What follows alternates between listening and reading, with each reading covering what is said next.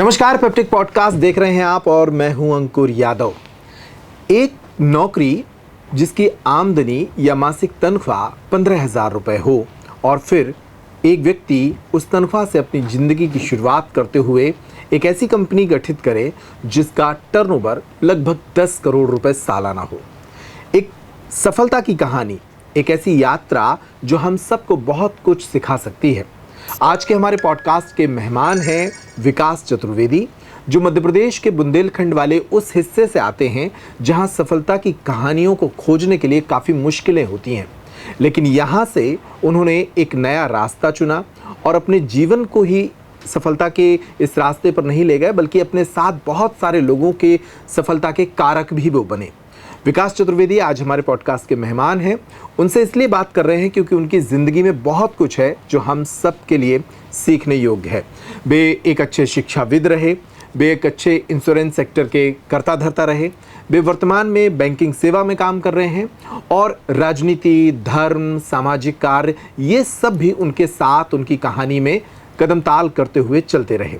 उनसे इन तमाम विषयों पर बात करेंगे। बहुत स्वागत है विकास जी आपका। नमस्कार अंकुर जी।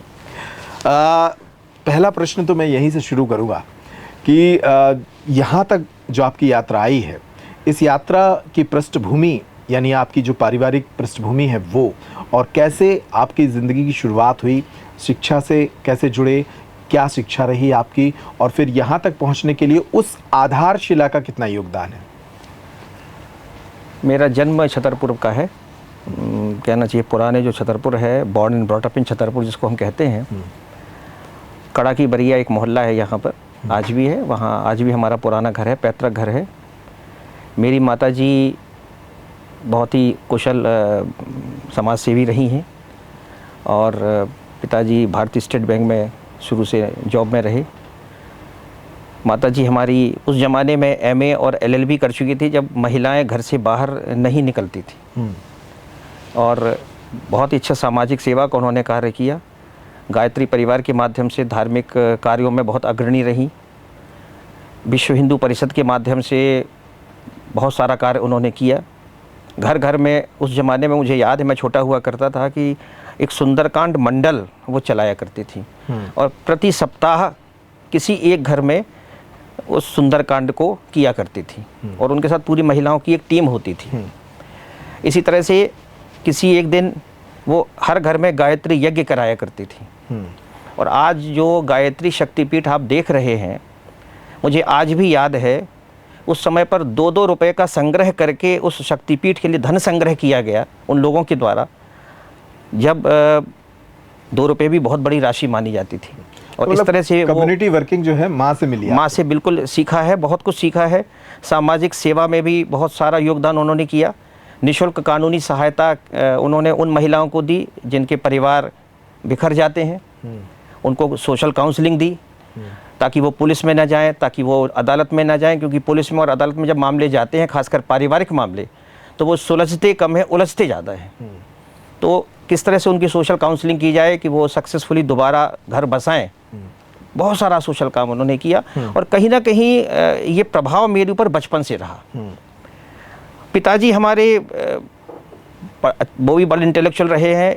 1968 के महाराजा कॉलेज के एमएससी एलएलबी रहे हैं, स्टेट बैंक में रहे शुरू से। तो उन्होंने जो ईमानदारी का व्यवहार स्टेट बैंक में किया, उनके लिए बैंक हमेशा फर्स्ट होता था, परिवार हमेशा सेकेंडरी होता था। वो जो ईमानदारी दिखी उनके अंदर मैंने, वो कहीं ना कहीं हमेशा प्रेरित करती थी कुछ ऐसा करने के लिए जो मुझे लगता है कि शायद कोई और करने की कोशिश ना करे। क्योंकि आमतौर पर हम ये कोशिश करते हैं कि एक छोटा सा जॉब हो जाए पढ़ाई करने के बाद, छोटी सी फैमिली हो जाए, समाज में एक स्थान हो जाए, आदि आदि इत्यादि। हमेशा ये कोशिश रहती थी काम ऐसा कुछ किया जाए जिसमें मैं तो खैर शामिल हूँ उस काम में, हम अपनी कम्युनिटी के लिए क्या कर सकते हैं, अपने लोगों के लिए क्या कर सकते हैं, कैसे उनको जोड़ के एक छोटे छोटे तरह से उनको जोड़ के और एक आगे उनको बढ़ाया जा सकता है। वो भाव कहीं ना कहीं माँ को देखते हुए, पिताजी को देखते हुए, कभी जब बैंक जाया करता था तो एक मन में विचार था, छोटा सा बालक था, 7वीं 8वीं पढ़ा करता था, कि कभी ऐसा होगा कि मेरा अपना भी खुद का बैंक होगा। अब ये आवश्यक नहीं है कि वो सारे सपने आपके साकार हों, लेकिन डेस्टिनी ने कुछ इस तरह से मुझे मोटिवेट किया कि आज अब खुद का ही बैंक है, कहना नहीं चाहिए, साथियों की मदद से, सबके सहयोग से, आप सब लोगों की शुभकामनाओं से, ईश्वर के आशीर्वाद से, गुरुजनों की कृपा से जो मेहनत की उस दिशा में, वो कहीं ना कहीं जो प्रेरणा मिली, उस प्रेरणा को आगे उससे कार्य किया। और आज कम से कम ये कह सकता हूँ कि एक प्रयोग किया, निधि बैंकिंग एक्ट के अंतर्गत सबसे पहले बुंदेलखंड विकास निधि लिमिटेड के नाम से एक पब्लिक लिमिटेड कंपनी शहर में खोली, जो इस शहर की पहली पब्लिक लिमिटेड कंपनी थी। उसके पहले यहाँ प्राइवेट लिमिटेड कंपनीज होती थी। पब्लिक लिमिटेड कंपनी यानी जिसमें जनता उसकी शेयर होल्डर हो और जनता से ही उसका मैनेजमेंट निकले, यानी एक तरह से डेमोक्रेटिक मैनेजमेंट, वो सबसे पहले शुरुआत यहाँ पर मेरे द्वारा हुई। फिर उसको आगे बढ़ाया गया। 2020 में खजुराहो में भगवान मतंगेश्वर के नाम से श्री मतंगेश्वर बुंदेलखंड निधि लिमिटेड की स्थापना इसी तरह से की। इस कार्य को आगे बढ़ाया, काफ़ी अच्छे तरीके से ले गए। इसी बीच में भारत सरकार ने एक परिवर्तन ये किया, सहकारिता, नई सहकारिता नीति उन्होंने बनाई, और जो केंद्र सरकार के सबसे शक्तिशाली मंत्री, सबसे सक्रिय मंत्री हैं अमित शाह जी माननीय, उनके नेतृत्व में सहकारिता विभाग की स्थापना हुई, सहकारिता मंत्रालय की स्थापना हुई। तो मुझे लगा कि अब ये नया क्षेत्र है जिसमें बहुत कुछ किया जा सकता है। और सहकारिता कहीं ना कहीं मेरी उस व्यवहार से, मेरे उस जो व्यक्तिगत मेरा मतलब व्यक्तित्व रहा है, उससे मेल खाता है। जिस तरह से मैं सबको लेके आगे बढ़ने की कोशिश करता हूँ, सहकारिता भी वही है, सबको साथ में लेकर चलना, खुद बढ़ना और समाज को आगे बढ़ाना। तो मुझे लगा कि ये एक ऐसा क्षेत्र है जिसमें और अच्छे तरीके से मैं काम कर सकता हूँ। तो 2024 में एक प्रयास किया साख सहकारी समिति के माध्यम से आगे बढ़ने का, और अभी कुछ समय पहले उसकी 2 नई शाखाएं छतरपुर गल्ला मंडी में और बड़ा मलहरा में हमारे जो गुरुजी हैं मन्नत बाबा जी, उनके आशीर्वाद से उसको प्रारंभ किया। और इसके बाद अब उसको मैं उस कार्य को अभी आगे बढ़ा रहा हूँ। थोड़ा इसी पे बात कर लेते हैं। बुंदेलखंड विकास निधि की स्थापना कैसे हुई थी? बहुत छोटे स्तर पर इसकी शुरुआत हुई होगी, और आज ये कहाँ पहुँचा है आर्थिक तौर पर भी मुझे थोड़ा समझाइए। 2017 में मैं जब इंश्योरेंस में जॉब कर रहा था, तो उस समय यहीं छतरपुर ब्रांच में बजाज एलियंज में ब्रांच मैनेजर था। नौकरी बहुत अच्छी चल रही थी, लेकिन कई बार ऐसा होता है अंकुर जी, आपकी व्यक्तिगत प्रतिष्ठा आपकी दुश्मन बन जाती है। ये मेरे साथ हुआ। संयोग ये था कि उसी समय, उसके बहुत पहले जब मैं अपने जीवन को स्टार्ट कर रहा था, 2003 में ले जाऊंगा मैं अपने को, तो मैंने उस समय एक नया एक्सपेरिमेंट किया था स्कूल में बैगलेस सिस्टम का। इस शहर में ये बताया लोगों को कि बिना किताबों के, बिना बस्ते के हम बच्चों को पढ़ा कैसे सकते हैं। क्योंकि उसके पहले जो भी स्कूल थे यहाँ पर, बहुत बड़े बड़े स्कूल थे, लेकिन बच्चों को, जैसे वो बच्चे फर्स्ट में पहुँचे उनको 10 किताबें मिल गई, सेकंड में पहुँचे तो 20 हो गई, थर्ड में पहुँचे तो 30 हो गई, यानी बस्ते का बोझ बढ़ रहा था। उनका बचपन कहीं ना कहीं ख़त्म हो रहा था। तो ये थिंकिंग मन में थी, क्योंकि दिल्ली में पढ़ने का मौका मिला, ग्वालियर में पढ़ने का मौका मिला, तो वो जो वहाँ चीज़ें देखी, समझ आई कि बच्चों के बचपन को ना छीनते हुए अगर हम उनको शिक्षित कर पाए तो सही शिक्षा यही है। क्योंकि मूलतः हमारी जो गुरुकुल शिक्षा प्रणाली है वो भी कुछ इसी तरह की है। उसमें कहीं आपने नहीं देखा होगा कि भगवान राम और कृष्ण बस्ता लटकाए घूमे हो, कहीं नहीं दिखाई देते हैं। गुरुओं के आश्रम में रहे, शिक्षित हुए, और इतने शिक्षित नहीं हुए कि उन्होंने पूरे विश्व को शिक्षित किया। भगवान कृष्ण तो अब साक्षात जगदीश्वर कहे जाते हैं, वो भी किसी गुरु के शिष्य थे। तो अगर ऐसी बस्ते की बोझ से पढ़े होते तो कभी शिक्षा नहीं दे पाते। तो उस पद्धति को कहीं ना कहीं थिंकिंग थी और उस तरह से उसको शुरू किया। तो इस तरह से जब चीज़ें बढ़ रही थी, स्कूल होने लगा। फिर उसी समय 2011 में भारत सरकार ने कियोस्क बैंकिंग शुरू की। स्टेट बैंक उसमें लीडर था, ब्रांड लीडर था शुरू से।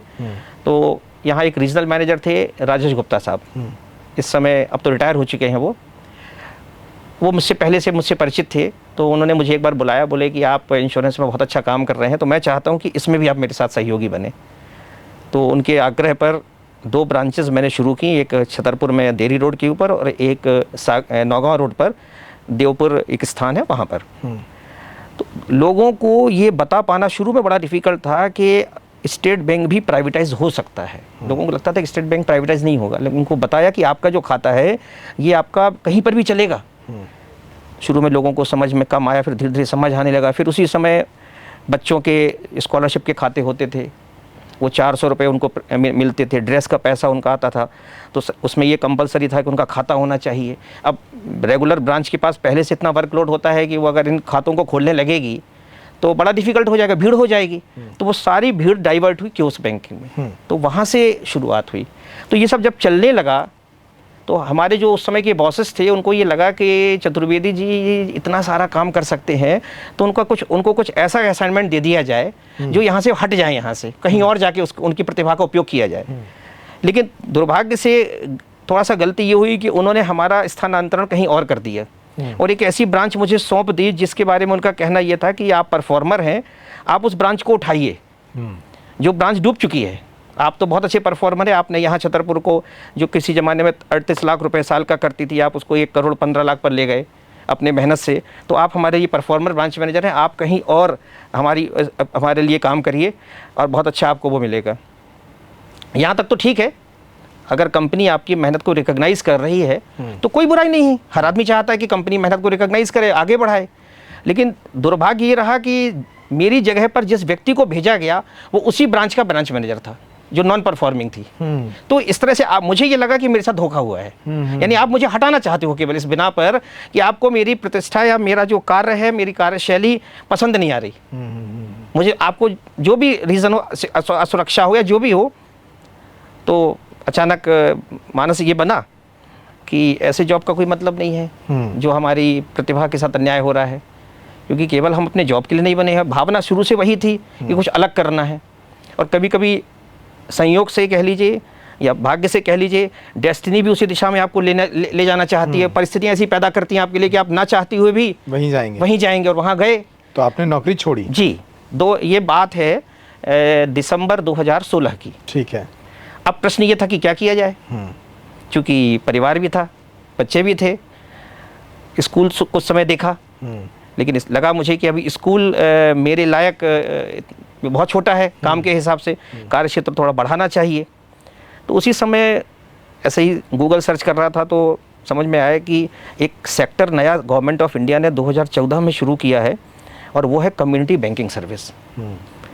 बैंकिंग अभी तक जो था वो बेसिकली एक तरह से एलीट क्लास के लिए था वो बिजनेस। जो भी उसमें ग्रुप रहे हैं शुरू से, वो बड़े बड़े खानदानी पैसे वाले लोग रहे। सामान्य लोग अपना बैंक प्रारंभ कर सकते हैं, ये हमारे आदरणीय मोदी जी ने इसको सबसे पहले कॉन्सेप्ट को लॉन्च किया 2014 में। बहुत कम लोगों का ध्यान उस पर गया। निधि कंपनीज एक्ट उन्होंने स्पेशली इसलिए बनाया था, और ये एक्सपेरिमेंट उन्होंने क्यों बनाया, क्योंकि दक्षिण भारत में ऐसे छोटे छोटे बैंक बहुत सारे काम कर रहे थे। उनको रेगुलराइज करने के लिए उन्होंने वो एक्ट बनाया कि वो रेगुलराइज हो जाए, ताकि वो पैसा पब्लिक का वो ना हो, क्योंकि कई बार वो फेल हो जाते थे।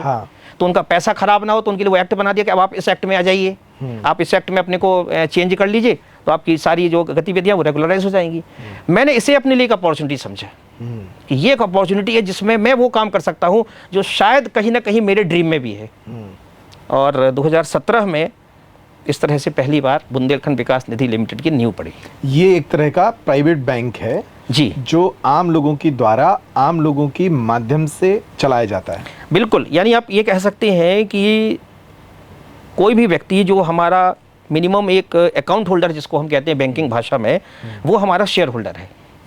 हर वो व्यक्ति जो हमारे यहाँ बैंकिंग व्यवहार करता है वो बेसिकली हमारा शेयर होल्डर है। ओके। जबकि नॉर्मल बैंकिंग में वो व्यक्ति शेयर होल्डर नहीं होता, वो केवल अकाउंट होल्डर होता है। आप अंतर समझिए दोनों में। इसमें शेयर होल्डर है, इसमें वो शेयर होल्डर है। यानी जो बैंकिंग प्रॉफिट होगा 100 रुपए के अनुपात में या 2 रुपए भी अगर हम उसको देंगे तो हमें देना पड़ेगा। डिविडेंड जब भी हम डिक्लेयर करेंगे तो वो उसे देना पड़ेगा। Okay, yes. तो आपने जब 2017 में इसकी शुरुआत की थी, तो शुरुआत में ये बात चूंकि नई थी तो बहुत दिक्कत आई होगी लोगों को समझाने में, बताने में। कितने अकाउंट उस समय खोले आपने, पहले महीने या पहले साल, और आज वो जर्नी कहाँ तक पहुँची?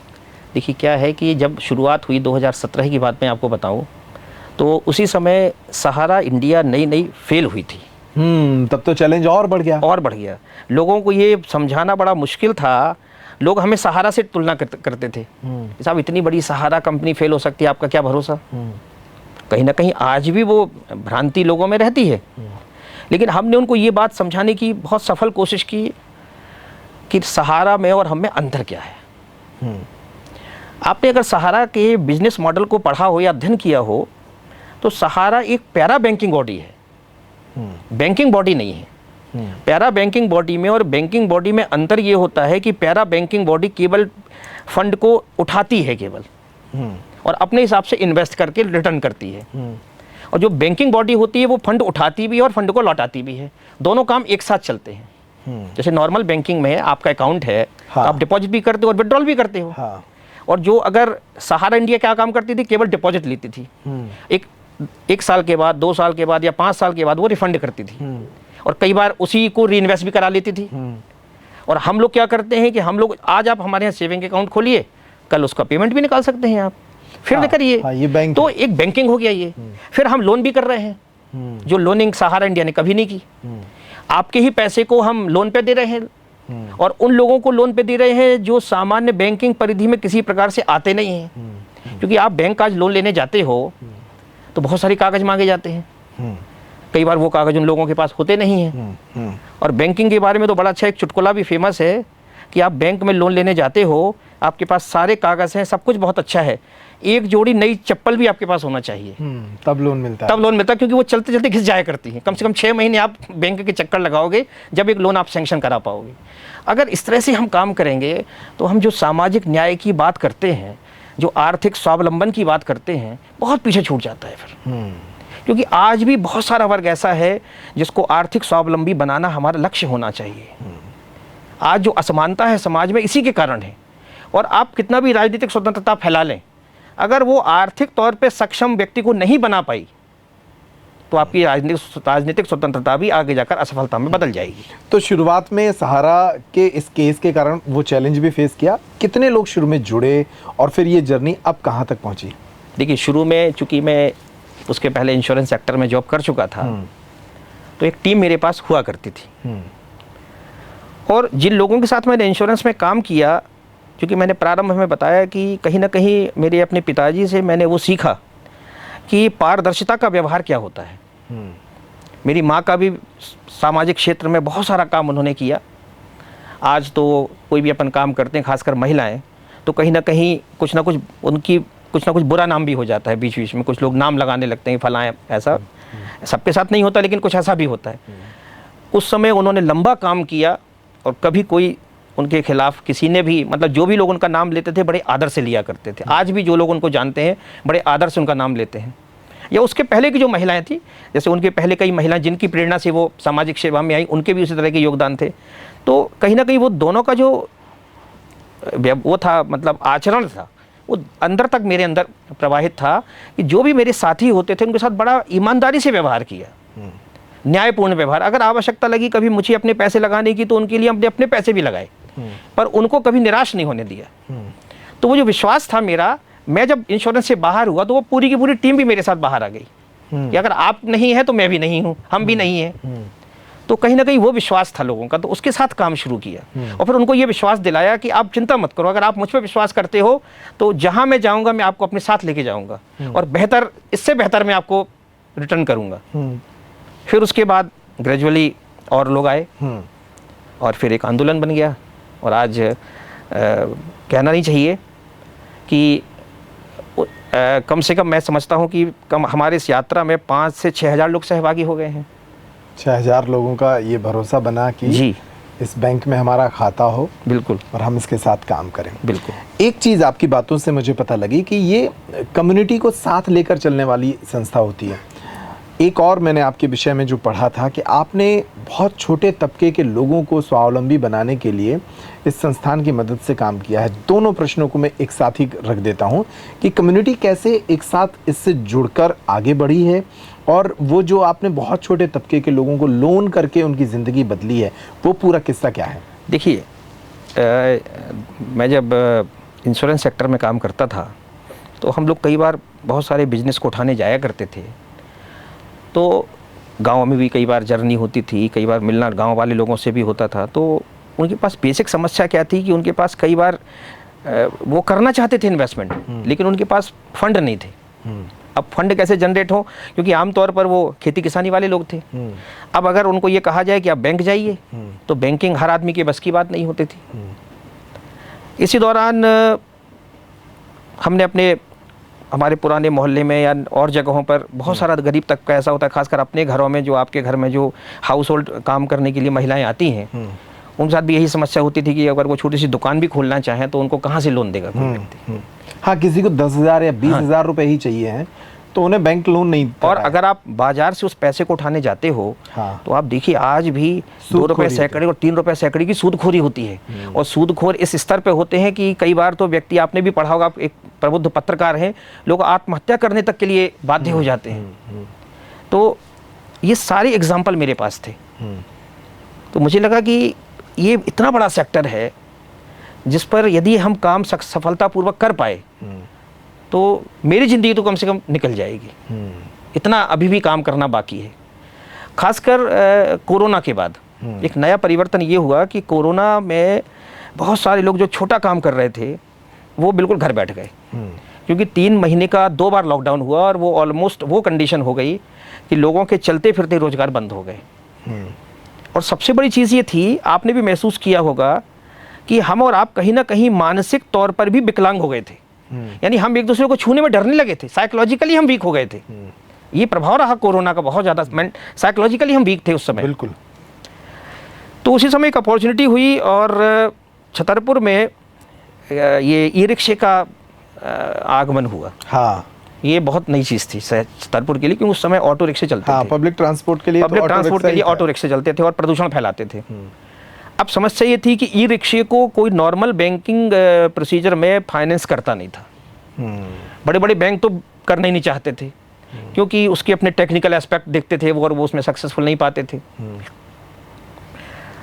मैंने उस चीज़ को इसलिए लिया, उसमें एक तो नई चीज़ थी और मैं शुरू से हमेशा कुछ एक्सपेरिमेंटल नेचर रहा मेरा, प्रयोग करने का चीज़ों का, कि करके देखें, लेट अस सी, कुछ तो होगा।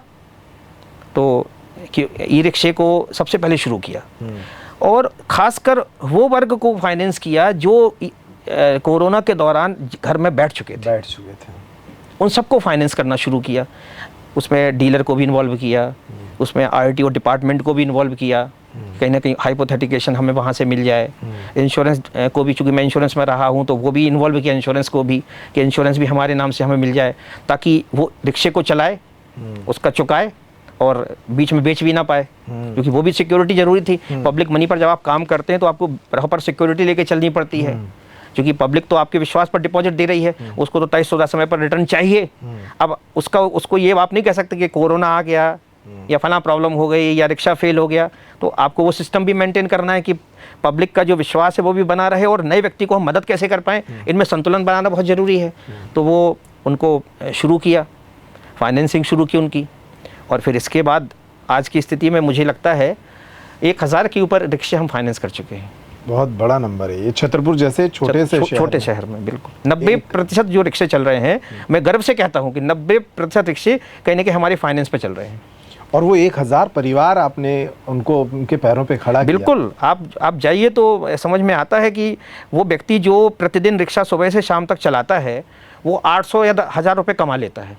उसमें अगर वो 300 रुपये हमारी किस्त का निकाल देता है तो कम से कम 500 रुपये वो घर में बचा के ले जा रहा है, और महीने का 15,000 रुपये वो अपना कम से कम एक बहुत अच्छी मॉडेस्ट इनकम उसको होने लगी है। जो बिल्कुल घर बैठ गया था, 1000-2000 रुपये महीने का कमा रहा था, वो आज 15 से 20,000 के बीच में कमा रहा है। ये छोटी मोटी इस तरह से बात इसलिए नहीं है क्योंकि कोई सरकारी सहायता नहीं मिली उनको। और गवर्नमेंट एजेंसीज आज भी, मैं आपको बताऊं कि कहने के लिए बहुत सारी सरकारी योजनाएं होती हैं, पर ग्राउंड रियलिटीज़ आज भी बहुत डिफरेंट है। बैंकिंग में आप जाइए तो भले शासन योजनाएं बनाती है, मुद्रा स्कीम और सारी स्कीम है सरकार की, और ये हमारे माननीय प्रधानमंत्री मोदी जी तो गरीब वर्ग के लिए बहुत ज़्यादा सेंसिटिव भी हैं, लेकिन जब वो ग्राउंड पे आती हैं चीज़ें, तो जिन एजेंसीज़ को इम्प्लीमेंटेशन की जिम्मेदारी दी गई है, वो एजेंसीज उस ईमानदारी से काम नहीं करती जिस ईमानदारी या जो विज़न हमारे प्रधानमंत्री जी देख रहे हैं। तो वो कई बार जो मेरा अनुभव है वो ये कि बहुत सारे डॉक्यूमेंट्स के कारण ऐसे केसेस फंस जाते हैं बैंक में। हमने जो इस संस्था का जो गठन आपने किया है, क्या उसको आसान किया है कि लोन बहुत आसान हो सके लोगों के लिए? देखिए, कोशिश ये करी है कि जो भी बेसिक पेपर्स उनके पास हैं उनको आधार बनाया जाए, सिक्योरिटी वहाँ से निकाली जाए। जैसे एक बंदा, मैं इसलिए भी इस प्रश्न को थोड़ा आसान कर रहा हूँ कि शायद कोई देख के और उसको लगे कि हाँ आप एक अपॉर्चुनिटी उसके लिए बन सकते हैं। एक बंदा घर में बैठा है और उसके पास कोई रोज़गार नहीं है, वो चाहता है कि वो भी एक ई रिक्शा खरीदे और कुछ पैसे कमाए, उसको क्या करना है? देखिए, कोई भी व्यक्ति जो ई रिक्शा खरीदना चाहता है बहुत सीधा सिंपल है कि वो पहले ये सिलेक्ट करे कि उसको रिक्शा कौन सा लेना है, सिंपल सी बात। ठीक है। फिर जब वो हमारे पास अप्रोच करता है, उसकी वैल्यू भी बता दीजिए थोड़ा, कितने? एक एवरेज वैल्यू देखिए, अभी क्या हो गया है कि पहले एक एवरेज रिक्शा जो है वो 1.5 लाख से 2 लाख के बीच में आया करता था। ठीक है। अभी जब से लिथियम बैटरीज आने लगी हैं इस सेक्टर में, तो उसकी लाइफ भी बढ़ गई है रिक्शे की। पहले जो 1.5 साल या 2 साल होती थी, वो अब जाके 3 साल के ऊपर हो गई है। तो डीलर के साथ वो उसका टाई अप जो भी है थोड़ा महंगे हो गए हैं, थोड़ा महंगे हो गए हैं। मान लीजिए 3 लाख उसकी वैल्यू है, 2 लाख से आसपास समझ लीजिए, 2 लाख रुपए का ई रिक्शा है। अब उसको क्या करना है आपसे लोन पाने के लिए? अब देखिए, उसमें ये होता है कि कोशिश की जाती है कि पहले कुछ मार्जिन मनी वो जमा करे, जैसे कि बैंकिंग सिस्टम में होता है। ठीक है भाई, ये कहते हैं ना कि खैरात नहीं मिलना चाहिए, खैरात का भी दुरुपयोग करते हैं व्यक्ति। तो उसको ये रियलाइजेशन भी हो कि मेरे लिए बहुत जरूरी काम बैंक कर रहा है, तो कम से कम 10-20% की मार्जिन मनी उसको दी जाती है। तो 2 लाख में उसके पास 40,000 होने चाहिए। 40,000, 30,000 भी है, 40,000 भी है, तो कोई दिक्कत नहीं है, चलता है। ठीक है। बाकी फिर उसको हम फाइनेंस करते हैं। उसके लिए जो अवेलेबल पेपर्स उसके पास हैं, देखिए 2 तरह के होते हैं। हम स्टेट बैंक या बड़े बैंकों के पास जाते हैं तो उनके पास प्री डिसाइडेड पेपर्स हैं कि हमें ये चाहिए, आप इन पेपर्स को लाइए तो हम फाइनेंस करेंगे। और हम ये कहते हैं कि आपके पास कौन कौन से पेपर्स हैं, आप वो लाइए, हम उस पर फाइनेंस करेंगे। ओके। अब दोनों में डिफरेंस आ गया। हमारे पास कोई प्रीसेट नहीं है, और हम प्रीसेट बना भी नहीं सकते, क्योंकि अगर हम जो प्रीसेट बनाएंगे तो वो मिलेगी नहीं उनके पास। मैं कहूंगा कि ITR लाइए आप, असंभव बात है ITR लाना। मैं कहूंगा प्रॉपर्टी पेपर्स लाइए प्लॉट की, और तो वो असंभव बात है। तो हम क्या करेंगे, जो आपके पास अवेलेबल हों पेपर्स वो दे दीजिए। जैसे आपके पास अपने मकान का नगर पालिका का रजिस्ट्रेशन है, वो आप लगा दीजिए, क्योंकि आप मकान तो उठा नहीं सकते एकदम, वो एक ज़रूरी चीज़ है। आपके पास चेक्स हैं, अपने बैंकिंग चेक्स हैं, वो आप लगा दीजिए। ये सारी चीज़ें बेसिक हैं। LIC पॉलिसी है आपके पास, वो आप चलाते हैं, वो लगा दीजिए। और कोई बैंकिंग FD वगैरह हो, वो आप लगा दीजिए। यानी बेसिक सिक्योरिटी जो एक आम आदमी के पास आसानी से मिल सकती है, वहाँ से फाइनेंस को उठाया जाता है। ठीक है। तो बहुत सारे लोग इससे मदद लेंगे, और वो भी, और भी कई सेक्टर होंगे जहां हम इस तरह से छोटे माइक्रो फाइनेंस जिसको बोलते हैं वो करते हैं। आपका एक व्यक्तित्व का एक हिस्सा शिक्षाविद के तौर पर भी रहा है। आप छतरपुर के पहले ऐसे शख्स हैं जिन्होंने प्रतियोगी परीक्षाओं के लिए छतरपुर में माहौल की शुरुआत की। एक पहली कोचिंग बड़ी जो प्रतियोगी परीक्षाओं की तैयारी कराती थी, उसकी शुरुआत की। वहाँ थोड़ा उसकी शुरुआत के बारे में बताइए, कैसे वो विज़न स्टार्ट हुआ था, और फिर क्यों उसको बीच में छोड़ा आपने, और आज के परिदृश्य में वो सेक्टर कैसे काम कर रहा है? देखिए, ये बात है 2001 की। 2001 में जब मैं छतरपुर वापस लौटा, तो उसके पहले मैं नई दिल्ली में जवाहरलाल नेहरू विश्वविद्यालय में अध्ययन कर चुका था। ग्वालियर में जीवाजी विश्वविद्यालय में भी अध्ययन कर चुका था। तो वो माहौल जो मैंने वहाँ देखा, और उस दौरान चूँकि सिविल सर्विसेज की बहुत गहरी तैयारी चल रही थी, MPSC को भी कई बार फाइट किया था उस दौरान, तो UP PCS, Rajasthan civil services, बहुत सारे एग्ज़ाम्स क्वालिफाई किए थे। तो वो कहीं ना कहीं वो सब एक्सपीरियंस हो गया था, और मुझे लगा कि ये एक ऐसा सेक्टर है जिसमें अपने शहर में यदि काम किया जाए तो शायद बहुत अच्छा रिजल्ट निकाला जा सकता है। क्योंकि यहाँ पर जो बच्चे होते थे वो इलाहाबाद, दिल्ली, इंदौर यहाँ जाया करते थे, और जाते हैं जब बच्चे अपने घर को छोड़ के, तो केवल कोचिंग की फीस भर नहीं देते वो, उसके साथ में उनको दीगर खर्चे भी बहुत सारे होते हैं। रहने का खर्चा, खाने पीने का खर्चा, ये सारे, और किताबों के खर्चे तो हैं ही, और कोचिंग के खर्चे भी बहुत सामान्य खर्चे नहीं होते। उस ज़माने में मुझे याद है कि अगर आज से करीब 20-25 साल पहले की बात अगर अपन करें, तो 15 से 20 हज़ार रुपये भी बहुत बड़ी राशि मानी जाती थी। हमने जब शुरुआत करी यहाँ छतरपुर में 2001 में, आप विश्वास नहीं कर सकते, 750 रुपये जनरल स्टडीज़ की फ़ीस होती थी साल भर की। मात्र 750 रुपये में हम पूरे साल जनरल स्टडीज़ पढ़ाया करते थे, GS के टॉपिक्स, जिसमें बहुत सारे टॉपिक मैं पढ़ाया करता था, बहुत सारे हमारे जो साथी थे उन लोगों से मैं करवाता था। इंडियन हिस्ट्री हो गया, इकोनॉमी हो गया, ज्योग्राफी हो गया, कॉन्स्टिट्यूशन हो गया। तो बहुत महंगे हैं इस तरह के कोचिंग संस्थान, और ये मतलब 750 रुपये में पूरे साल पढ़ाना, 60 रुपये भी नहीं पड़ा एक तरह से देखा जाए। तो उस तरह से चीज़ों को शुरू किया, बहुत छोटे लेवल पर, मतलब चीज़ों को, और पूरे सेटअप के साथ। ये नहीं था कि कोई टपरा टाइप का कोचिंग हो, प्रॉपर एक स्टैंडर्ड इंफ्रास्ट्रक्चर के साथ उस कोचिंग को लॉन्च किया गया था, कि बच्चों को लगे भी कि हाँ, मतलब, और अच्छी खासी स्ट्रेंथ में बच्चों को पढ़ाया जाता था उस समय। तो वो बहुत सक्सेसफुल रहा, इसलिए रहा कि बहुत सारे बच्चों को मार्गदर्शन मिला, बहुत सारे बच्चे जो बाहर जाते थे वो जाने रुक गए और सिलेक्ट भी हुए, पीएससी में भी सिलेक्ट हुए, रेलवे में भी गए, बैंकिंग में बहुत सारे बच्चे हैं, यहाँ तक कि जो ट्रैफिक सिग्नल पे जो खड़े रहते हैं पुलिस वाले छोटे छोटे, वो भी स्टूडेंट रहे हमारे, आज भी निकलते हैं। और कई लोग सैल्यूट मारते हैं तो बड़ा अच्छा लगता है। वो विद्यार्थी रहा मेरा जो आज आकाशवाणी तिराहे पे अगर वो ड्यूटी लगी है और मुझे देख लेता और सैल्यूट मारता तो मुझे अच्छा लगता है कि चलो कुछ ना कुछ तो है, उसको एक रोजगार से तो खड़ा कर दिया, इस लायक तो है कि आज वो शहर के व्यस्ततम ट्रैफिक को संचालित कर रहा है सफलतापूर्वक, है ना। पुलिस में भी बच्चे हर सेक्टर में, मतलब टीचर बहुत सारे बन गए उस दौरान, तो वो एक बहुत अच्छा एक्सपेरिमेंट था। फिर 2007 तक मुझे लगा कि शायद मैं पर्याप्त पढ़ा चुका हूँ, क्योंकि उस दौरान करीब ऑन एन एवरेज अगर हम 1000 बच्चों को हर साल पढ़ा रहे हैं तो 6-7 हज़ार बच्चों को पढ़ा चुका था मैं। तो मुझे लगा कि ये सेक्टर तो बहुत अच्छा है, आदर सम्मान पर्याप्त है, लेकिन घर की जो अर्थव्यवस्था है वो शायद सक्सेसफुली नहीं हो सकती। तो फिर सेक्टर चेंज करना पड़ा। मतलब कोई इससे दुखी होकर नहीं किया, उसको इसलिए किया कि भाई एक वास्तविकता भी है और विद्यार्थी से इतना पैसा बनाया नहीं जा सकता, नहीं बनाया, क्योंकि मेरा जो नेचर है, मैं कभी भी व्यावसायिक तौर पर नहीं रहा उनके साथ में। जेनुअली मैंने उनको टीच ज्ञान का सिर्फ आदान प्रदान के दृष्टिकोण से बेसिक इतना बनाया कि हाँ भाई 4-5 हज़ार रुपये महीने का, 10 हज़ार बहुत अच्छा हुआ तो 8-10 हज़ार रुपये से ज़्यादा कभी कमाया नहीं उसमें, लगता था कि बस। लेकिन मुझे लगा कि इससे जीवन नहीं चलेगा, आगे आपको ऑब्लिगेशंस बहुत बढ़ने वाले हैं, बच्चे भी आपके साथ में हैं, उनकी एजुकेशन का भी देखना, सारी चीज़ें देखनी है। और कहीं ना कहीं एक जो विज़न था पुराना वो टकराता था बार बार कि अभी जो मैं सोच रहा हूँ वो यहाँ से पूरा नहीं होगा। यद्यपि 2003 में एक बैगलेस सिस्टम के स्कूल भी अपन ने शुरू किया था, वो भी बहुत अच्छा चलने लगा। शुरू में बच्चों को 12 बच्चों से वो शुरुआत की थी हमने, मात्र 12 बच्चे पहले साल में आए थे और उसके बाद आज तो करीब 450 के ऊपर बच्चे हैं वहाँ पर। तो आपने बीच में बातों में बताया कि जेएनयू से आपने पढ़ाई की है। जेएनयू का नाम अब जब देश ये सुनता है तो बहुत सारे विचार जेएनयू को लेकर, बहुत सारी छवियाँ बाहर आ जाती हैं। जेएनयू को कोई वामपंथियों का अड्डा कहता है, कोई इंटेलेक्चुअल्स का अड्डा कहता है।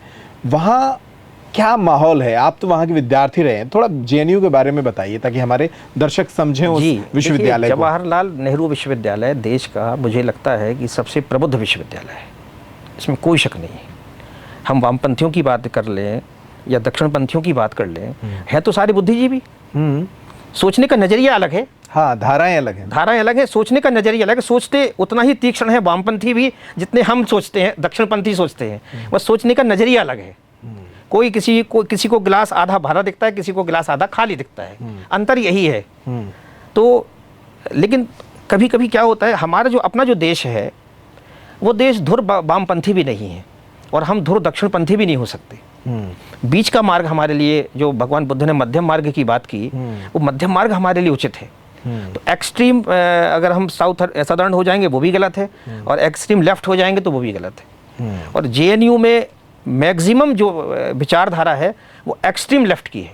अच्छा, इसलिए आपने देखा होगा कि अक्सर विवादों में आ जाता है, और अभी भी है। और अभी इसलिए विवाद है, उसका रीजन है मोदी 2014 में प्रधानमंत्री बन गए और अभी भी है वो। नहीं, उसका रीजन है, उसका रीजन ये है कि ये जेएनयू की जो लाइन ऑफ थिंकिंग है वो बिल्कुल अलग है और रेस्ट ऑफ इंडिया की लाइन ऑफ थिंकिंग बिल्कुल अलग है।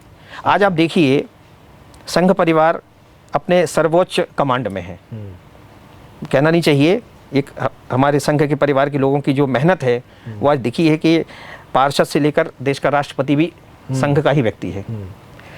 अब जेएनयू के बारे में ले जाएं जरा, वो आज की डेट में उनके पास कहीं पावर नहीं है, तो कहीं ना कहीं वो पावरलेस भी हैं, वो भी एक तड़प है उनके अंदर, और कहीं ना कहीं वो इन चीज़ों को नॉन प्रोग्रेसिव मानते हैं कि ये प्रोग्रेसिव चीज़ नहीं है।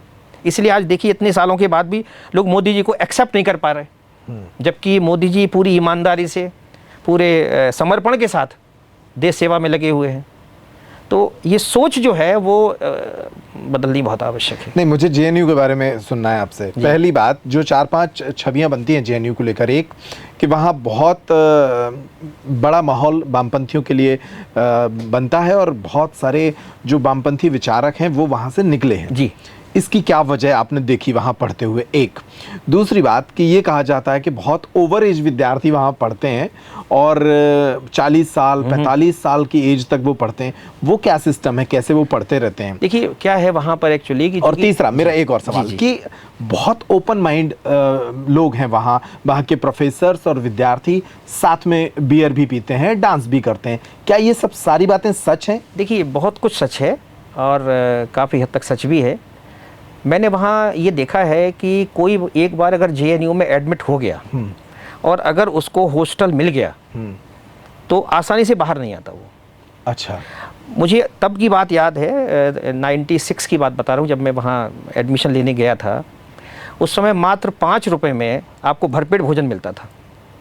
अब जहाँ आपको 5 रुपए में भरपेट भोजन मिलता हो, क्वालिटी फूड मिलता हो, आप क्यों छोड़ के जाना चाहेंगे? और फिर ऐसी बात है, रिसर्च के नाम पर आप कितने साल भी रह सकते हैं। रिसर्च तो अनंत समय तक चलने वाली प्रक्रिया है। Doctor Vipin Chandra when he was 70, जो हमारे देश के बहुत बड़े इतिहासकार रहे हैं, स्टिल वो उस समय रिसर्च कर रहे थे नई किताब के ऊपर, जो बाद में पब्लिश हुई, आज़ादी के बाद का भारत। अब 70 साल तक व्यक्ति अगर जेएनयू में किसी न किसी रूप में जुड़ा हुआ है तो स्वाभाविक है कि बहुत सारे बच्चों को पढ़ा चुका होगा, बहुत सारे लेक्चर्स दे चुका होगा और वो विचारधारा लगातार उसकी जारी रही। तो जो बच्चे निकल रहे हैं वो उसी विचारधारा के होंगे। दूसरा, कई बार वामपंथी भी अतिवादी के शिकार हो जाते हैं। जैसे मैं अभी मुश्किल से 2-3 साल पहले देख रहा था एक न्यूज़ आइटम, जिसमें एक संभ्रांत विद्यार्थी साड़ी पहनकर जेएनयू कैंपस में घूम रहा था। लोगों ने उससे पूछा कि साड़ी क्यों पहने, तो उसका कहना ये था कि ये कहाँ लिखा है कि साड़ी सिर्फ महिलाओं का पहनावा है, पुरुष भी पहन सकता है उसको। अब मुझे लगता है ये बौद्धिक अतिरेक है। मैं ये नहीं कहता कि ये बात लॉजिकली उसने गलत नहीं कही, भाई साड़ी कोई भी पहन सकता है, पुरुष भी पहन सकता है साड़ी, लेकिन जरा आप नॉर्मल तरीके से सोचिए कि हमारे सामान्य समाज में हम उसको हास्यास्पद मानते हैं, क्योंकि पुरुषों का एक पहनावा है हमारे यहाँ, महिलाओं का पहनावा, और इसी पहनावे से हम उनको अलग मानते हैं। क्रांति के नाम पे कुछ भी, क्रांति के नाम पे कुछ भी करना, ये जेएनयू की विशेषता है। और वो चूंकि वहाँ की लाइन ऑफ थिंकिंग ऐसी हुई कि जो पढ़ाने का तरीका है, जैसे और विश्वविद्यालय में आप जाओगे तो वहाँ पर वो प्रोफेसर आएगा, वो आपको एक किताब बताएगा, इस किताब को पढ़ना है, ये चैप्टर पढ़ना है, ये पढ़ना है, ये पढ़ना है, वो क्वेश्चन आंसर भी कराएगा, वो सारी चीज़ें बताएगा भी। पर वहाँ पर ऐसा कुछ नहीं होता। वो प्रोफेसर आता है, लेक्चर देता है, लेक्चर के नाम पर कुछ भी बोलेगा, लेक्चर के नाम पर वो जो भी उसको बोलना है वो बोलेगा। अब वो सही हो या गलत हो वो मैटर नहीं करता, वो उस विषय से रिलेटेड लेक्चर में सब कुछ बोल सकता है। अब समस्या यहाँ पर आती है कि जब वो कुछ भी बोलेगा तो हमारा एक ह्यूमन नेचर होता है कि हम हमेशा उसका चयन करते हैं जो थोड़ा सा सब्जेक्ट से अलग हो और रुचिकर हो, उन चीज़ों को पकड़ते हैं। तो कहीं ना कहीं वो भी एक तरीका है। अभी भी कनेक्ट है आप वहाँ से? अब तो खैर काफ़ी समय हो गया, अब इतना कनेक्ट नहीं हो, लेकिन अभी जैसे मैं एक और एग्जांपल दूं आपको। एक हमारे प्रोफेसर साहब थे जो पॉलिटिकल साइंस, चूँकि मैं इंडियन, हमारा जो स्कूल था वो स्कूल ऑफ इंटरनेशनल स्टडीज़ हुआ करता था, SIS। उसमें एक प्रोफेसर थे, मैं नाम नहीं लेना चाहता उनका, आप उनसे कई बार अपने नाम सुना होगा, विदेश नीति के बहुत अच्छे व्याख्याकार रहे हैं। लेकिन उनके साथ दिक्कत ये थी कि जब वो लेक्चर देने आया करते थे तो 2/3 समय वो पाकशाला पर प्रवचन दिया करते थे कि चीज़ें कैसे बनाई जाती हैं, समोसे को कैसे रुचिकर बना सकते हो आप। एक प्रोफेसर पुष्पेश पंत का नाम आपने सुना होगा, वो बहुत बड़े पाक कला विशेषज्ञ हैं। अच्छा। पर उनके बारे में ये भी सही है कि वो विदेश नीति के बहुत अच्छे जानकार हैं। अब आप आए हो लेक्चर विदेश नीति पर देने के लिए और आप समोसे की विधियाँ बता रहे हो, तो ये भी मतलब बड़ा वो है। तो वहाँ पर 2/3 पढ़ाई हमें खुद करनी पड़ती है। अच्छा। उसके लिए लाइब्रेरीज हैं, आपको उन्होंने एक लाइन ऑफ थिंकिंग दे दी कि आपको इस लाइन पर ऐसे काम करना है, बाकी आप अपना खुद काम करिए। ओके। तो आपने देखा भी होगा कि IAS में बच्चों के निकलने का प्रतिशत जेएनयू से भी बहुत ज़्यादा है।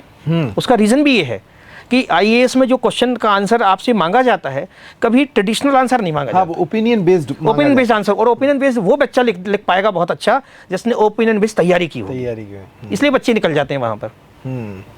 तो अभी जो वामपंथी विचारधारा के लोग हैं वो कहते हैं कि मोदी जी की सरकार आने के बाद जेएनयू को बर्बाद किया जा रहा है। देखिए क्या होता है, मैं आपको बताऊं कि जो भी सरकारें होती हैं वो स्वाभाविक है अपनी आइडियोलॉजी को थोपना नहीं है, वो सिर्फ थोपना नहीं कहेंगे हम, ये थोड़ा सा निगेटिव हो गया आइडियोलॉजी को का प्रसार करना, और इसलिए भी कि हम मूलतः ऐसे हैं नहीं जैसा हमें बनाया गया है। भारत, अगर आप समझें भारत को, तो हम मूलतः एक धर्मप्राण देश है। वामपंथ हमारे यहाँ मुश्किल से मुश्किल 100 साल पुरानी अवधारणा है। 1920 में पहली बार जब भारतीय कम्युनिस्ट पार्टी की स्थापना एम.एन. रॉय ने की, उसके पहले वामपंथी हमारे यहाँ कोई थे ही नहीं। 1920 के बाद ये सब हुआ, तो 100 साल का इतिहास है, पर भारत तो शताब्दियों का इतिहास है भारत का। और कोई भी ऐसा, अगर हम इस्लामिक एक्सट्रीमिज्म की बात करें तो वो भी धर्म से जुड़े हुए लोग थे। अगर हम वैदिक भारत की बात करें या हिंदू, सो कॉल्ड हिंदू जो साम्राज्य रहे उनकी बात करें तो वो भी धर्म से जुड़े हुए लोग थे। तो विधर्मी होना या अधर्मी होना ऐसा हमारे देश में कभी रहा नहीं एक्चुअली। और ये 100 साल की अवधारणा, और ये अवधारणा भारतीय इसलिए भी नहीं है क्योंकि ये विदेशों से आई, चाइना और यूएसएसआर से आई हमारे यहाँ पर। 1917 में जब रशियन क्रांति हुई, बोल्शेविक रेवोल्यूशन हुआ और लेनिन के नेतृत्व में साम्यवादी सरकार वहाँ बनी, तब ये प्रसार दूसरे देशों में किया गया। तो 1920 के बाद भारत में आया, तो कंपैरेटिवली नया है, और नया है तो उत्साही है, क्योंकि जो विचारधारा नई होती है उसमें उत्साह बहुत ज़्यादा होता है, और वो उत्साही विचारधारा तो आज भी अपने को प्रसार करने की कोशिश करती है। ये बात दीगर है कि विश्व में सिमट गई है। आज आप देखिए यूएसआर भी डिसइंटीग्रेट हो गया, या जहाँ जहाँ भी साम्यवाद था, पोलैंड था तो वो भी ख़त्म हो गया, चेकोस्लोवाकिया था तो वो भी ख़त्म हो गया। ऐसे बहुत सारे एग्जाम्पल हैं, धीरे धीरे ख़त्म होते जा रहे हैं। चाइना भर बचा हुआ है, लेकिन उनका अपना एक स्टाइलिश वामपंथ है, वो ट्रेडिशनल वामपंथ से अलग है। वो एरिस्टोक्रेटिक वामपंथ है उनका, लेफ्टिज्म मतलब तानाशाही वाला वामपंथ है, वो बिल्कुल अलग है। वो भारत के वामपंथ से मेल नहीं खाता। तो समस्या केवल इसलिए कि वो उन्हें ये लगता है, या उन विचारधारा के लोगों को ये लगता है कि वो बहुत कुछ अभी कर सकते हैं इस देश में, और उनको ये लगता है कि इस देश में शोषित लोग बहुत ज़्यादा हैं। जबकि आप अगर गांव में भी जाएंगे तो जाति प्रथा जैसी चीज़ जो वामपंथियों ने फैलाई हमारे देश में, आपको ये शायद पता नहीं होगा, जातिवाद की जो कटुता है वो सबसे ज़्यादा वामपंथियों ने फैलाई है हमारे यहाँ पर। हमारे यहाँ किसी ने नहीं फैलाई, वामपंथियों ने इस बात को जाहिर किया कि आप असमानता है, ऐसा कुछ भी नहीं था हमारे यहाँ। आप देखिए, अगर प्राचीन समाज का अध्ययन करें आप, तो हमारे अपने घरों में कितने सारे ऐसे सामान होते थे जो घरों में इस्तेमाल होते थे, और वो उस वर्ग के लोग बनाते थे जिनको आज वो पिछड़ा हुआ कहते हैं, और उनको बड़े सम्मान से लिया जाता था, बल्कि कई मायनों में तो उनका आशीर्वाद तक मांगा जाता था। तो ऐसी बहुत सारी चीज़ें थी। तो लेकिन जिस तरह से उसको प्रस्तुत किया गया, और उसी तरह से दुर्भाग्य से स्वतंत्रता के बाद जो हमारे इतिहासकार रहे वो भी उसी रुचि के लोग रहे, तो उन्होंने इतिहास भी इस तरह से बनाया कि आज हम उसको पढ़ते हैं तो आज हमें वो असमानता का इतिहास दिखाई देता है, जबकि ऐसा कहीं भी नहीं था। लेकिन आज जिस राष्ट्रवाद को आप थोड़ा सा फेवर कर रहे हैं, वो राष्ट्रवाद भी कहीं ना कहीं अतिरेक के रास्ते पर निकलता नजर आ रहा है, कि कई बार धार्मिक रूप से झगड़े, मॉब लिंचिंग, गायों के नाम पर सड़क पर मारपीट, इस तरह की जब घटनाएं सामने आती हैं, मंदिरों को के नाम पर तोड़फोड़, तो आपको नहीं लगता कि हम इस तरफ से भी अब अतिरेक के मार्ग पे जा रहे हैं? देखिए, क्या होता है कि जब शासन आता है तो स्वाभाविक है कि जो शासन के अनुगामी लोग रहते हैं या जो उनके अभिकर्ता रहते हैं, उनमें एक उत्साह की भावना शुरू से रहती है। और चूंकि कहीं ना कहीं इतने सालों से जिस भावना को दबाया गया, वो उनको लगता है कि शायद मौका है वो उस भावना को व्यक्त करें, इसलिए ये घटनाएं होती हैं। यद्यपि ऐसी घटनाएं नहीं होना चाहिए। अतिरेक किसी भी रूप में हो, वामपंथियों के रूप में हो या इस्लामिक एक्सट्रीमिज़म हो या हिंदू एक्सट्रीमिज़म हो, अतिरेक एक सभ्य समाज में किसी भी रूप में अच्छी बात नहीं है, क्योंकि एक अतिरेक आगे जाकर दूसरे अतिरेक को जन्म देता है। आज यदि कोई व्यक्ति पावर का मिसयूज़ करेगा तो ठीक है, आज आपके पास पावर है, आप मिसयूज़ कर सकते हो, लेकिन जब दूसरा कोई व्यक्ति पावर में आएगा तो वो भी सेम चीज़ करेगा, तो फिर इस देश में अशांति के सिवाय कुछ नहीं रह जाएगा। तो अतिरेक किसी भी रूप में सही चीज़ नहीं है, और गलत है और नहीं होना चाहिए, मैं इसको मानता हूँ। राष्ट्रवाद का अतिरेक जो आपने कहा, कुछ हद तक इस चीज़ को कहीं ना कहीं मुझे लगता है कि इससे कहीं ना कहीं समाज में जो एक अशांति का वातावरण है वो बन रहा है। इस पर सरकारों को ध्यान देना चाहिए। हमारा समाज बहुधर्मी समाज है, बहुसांस्कृतिक समाज है, और मल्टी रेशनल जिसको कहते हैं वो समाज है, तो हमें सभी लोगों को साथ में लेकर चलना चाहिए। यही मेरे प्रोफेशन की भी, सहकारिता की भावना भी यही है, सर्व समाज को लेकर साथ में चलना। आप किसी व्यक्ति विशेष के नहीं हो सकते, आप वर्ग विशेष के नहीं हो सकते, आप समाज विशेष के नहीं हो सकते, आप धर्म विशेष के नहीं हो सकते। तो ये बचना चाहिए। ठीक है जी। अब आपसे आखिरी सवाल, ताकि आपसे वो विद्यार्थी या वो नौजवान जो आपको सुन रहे हैं वो कुछ और सीख सकें, जान सकें। अभी 2014 के बाद एक थॉट प्रोसेस बदलने की कोशिश की है मोदी सरकार ने कि हम खुद के उद्यम लेकर आएं। एक वर्ग, जब आपने पढ़ाना शुरू किया था विद्यार्थियों को, तब पहला टारगेट विद्यार्थियों का रहता था कि उन्हें एक अच्छी नौकरी चाहिए, सरकारी नौकरी चाहिए। फिर मेक इन इंडिया के नारे के साथ भारत की सरकार ने लोगों को खुद के उद्यम स्थापित करने के लिए प्रेरित किया। आप नौजवानों को क्या सलाह देंगे? जो वर्तमान परिवेश है, भारत की जो आर्थिक स्थिति है, इस स्थिति में नौजवान किस तरह से अपने करियर को शेप करें? मुझे ऐसा लगता है कि जो मेक इन इंडिया भारत सरकार ने प्रारंभ किया है, ये बहुत अच्छी योजना है यदि हम इसको सही परिप्रेक्ष्य में लागू करें। क्योंकि जैसे मैंने पूर्व में कहा कि योजनाएं सब बहुत अच्छी होती हैं, लेकिन ब्यूरोक्रेटिक रूप में इम्प्लीमेंटेशन लेवल पर जब वो आती हैं तो कहीं ना कहीं लोगों तक सक्सेसफुली पहुंच नहीं पाते, या लोग उनका उपयोग नहीं कर पाते, या वो सफलतापूर्वक उनका प्रयोग नहीं कर पाते। यहाँ समस्या है। देखिए, मैं आपको आज भी बता दूं कि हमारे यहाँ एक कहा गया है कि नौकरी को सबसे अधम कहा गया है। फिर एक समाज सोचता है कि भाई एक नौकरी एक बार लग जाए, लाइफ सेट है। जी, देखिए आपको बताऊं मैं, ये जो नौकरी की अवधारणा आई है, ये मुश्किल से मुश्किल आज से 150 या 200 साल पुरानी है, इससे ज़्यादा नहीं है। आप में से जरा आप अपने पूर्वजों को देखिए खुद। अगर आपको अपने पूर्वजों के बारे में पता हो तो उनमें से कितने लोग थे जो नौकरी करते थे। ये ब्रिटिश कॉन्सेप्ट है बेसिकली। अंग्रेज ये चाहते थे कि इस देश में एक ऐसा वर्ग पैदा हो जो रंग से भारतीय हो और गुणों से अंग्रेज हो। तो वो नौकरी सबसे सरल चीज़ उन्होंने बना दी कि आपको कुछ नहीं करना, आप तो केवल इतना पढ़ लीजिए और आपको हम ये काम देंगे, महीने में आपको इतना पैसा मिलेगा। तो कहीं ना कहीं जो जीवटता थी हमारे भारतीयों में वो ख़त्म होती गई और हम नौकरी पे आश्रित होते गए। और उसका रीज़न एक और रहा कि आर्थिक तौर पर हमें इतना शोषित किया गया, आर्थिक तौर पर इतना शोषण हमारा हुआ कि उस शोषण से हमारे पास और कुछ करने के लिए ना तो पूंजी रही और ना ही हमारे पास इतनी व्यवस्थाएं थी। तो सबसे सरल था नौकरी, कि आपको कुछ पढ़ लेना है और आपको नौकरी मिल जाएगी। तो लोगों को नौकरी सरल लगी और कहीं ना कहीं वो साइकोलॉजी आज भी हमारे अंदर है। नहीं तो मुझे नहीं समझ आता कि पूर्वजों में कभी कोई नौकरी का विधान रहा हो। कुछ ना कुछ अपना करके वो अपना कर लिया करते थे। तो आप मानते हैं कि युवाओं को उद्यम की तरफ? जी, उद्यम, क्योंकि किसी भी देश को आप देखिए, आज अगर अमेरिका विश्व में आर्थिक तौर पर सशक्त है तो केवल अपनी एंटरप्रेन्योरशिप के कारण है। अमेरिका का ब्रांड जो है पूरे विश्व में क्यों चलता है, हमारा ब्रांड क्यों नहीं चलता? क्योंकि हम ब्रांड बनाने में यकीन नहीं कर पा रहे, हम इतना कॉन्फिडेंस नहीं जनरेट कर पा रहे कि हमारा ब्रांड विश्व में चले।